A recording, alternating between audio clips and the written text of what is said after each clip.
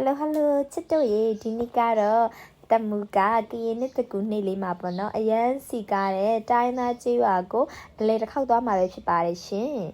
ဒါကတော့တိုင်းသားကျေးရွာရဲ့အဝင်ဝလေးပါနော်လူတွေအရန်ကိုဒီနေ့မှာစီကားနေပါတယ်တကယ်ကိုကရင်နှစ်တကူပွဲတော်ကိုတိုင်းသားကျေးရွာမှာစီကားတိုက်မြိုက်စွာကျင်းပနေရပဲဖြစ်ပါတယ်ရှင်ဒါကတော့အဝင်ပြီးတော့တမူတာနောက်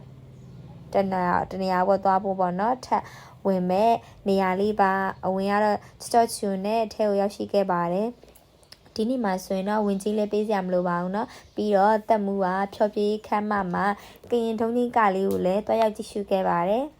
ကဲလူတွေကပြည့်ကျက်ညက်နေတဲ့အချိန်မှာတက်မှုပထမဦးဆုံးနေနဲ့မတ်တက်ရက်ပြီးတော့ကြည့်ခဲ့ရပါတယ်ခဏပဲကြည့်ပြီးတော့တက်မှုကဒီမှာချောတိုင်းတက်တဲ့စီကိုလည်းတွားရောက်ကြည့်ရှုခဲ့ပါတယ်ဒီမှာချောတိုင်းတွေလက်ဝတ်တွေလည်းရှိပါတယ်ပေါ့နော်လက်ဝတ်ပြိုင်ပွဲတွေပေါ့ဒီလိုပြိုင်ပွဲလေးလည်းရှိပါတယ်ပြီးတော့တက်မှုကဒီထက်မှာခင်းကျင်းရောင်းချနေတဲ့ဈေးဆိုင်လေးတွေစီကိုလည်းအလဲတွားရောက်ခဲ့ပါတယ်ရှင်ဒီဘေးမှာဆိုရင်တော့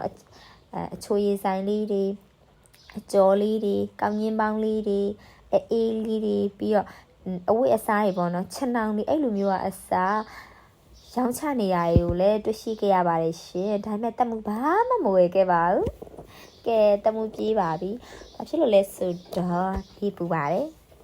ဒီနေရာလေးကအရန်လာပါတယ်ဒီနေ့မှဆိုရင်တော့လူတွေလည်းအရန်များနေတဲ့အတွက်ကြောင့်မို့လို့ပို့ပြီးတော့နေရာလေးတွေကအသက်ဝင်ပြီးတော့လာပနေလို့ခံစားရပါတယ်ဒီနေရာကတော့တိုင်းသားကျေးရွာရဲ့အဓိကနေရာဖြစ်တဲ့မျောစင်မှာကဲမျောစင်ကိုလည်းတမူကမတက်ကြည့်ခဲ့ပါဘူးဘာဖြစ်လို့လဲဆိုတော့လူတွေကအရန်ကိုပြည့်ကျက်ညက်နေတော့အပေါ်တက်ဖို့အတွက်တက်စီရမှာဖြစ်တဲ့အတွက်ကြောင့်မလို့ပါအခုကတော့တမူဖားစီရှိရဲ့နေရာလေးကိုခီးအိမ်မှာပေါ့နော်ဖားစီရှိရဲ့နေရာလေးကိုတမူရောက်ရှိခဲ့ပါတယ်ကဲဒီနားမှာဆိုရင်ဓာတ်ပုံရိုက်ဖို့ဆိုတာလေတတော်ကိုတန်းစီရပါတယ်ဓာတ်ပုံရိုက်တဲ့လူတွေအရန်ကိုများပြားနေတဲ့အတွက်ကြောင့်မလို့ခဏရက်ဆောက်ပြီးတော့တမူရဲ့အလဲကြအောင်ပေါ့နော်စောက်ခဲ့ရပါတယ်ပြီးတော့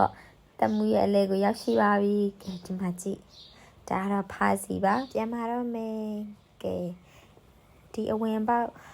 လမ်းလေးမှာဆိုရင်လူတွေပြည့်ချက်ညက်ပြီးတော့ဗောနော်ဝင်လာတဲ့လူတွေလည်းမူးမေးတဲ့သူတွေလည်းတွေ့ကြရပါတယ်ဒါဆိုတော့တတာ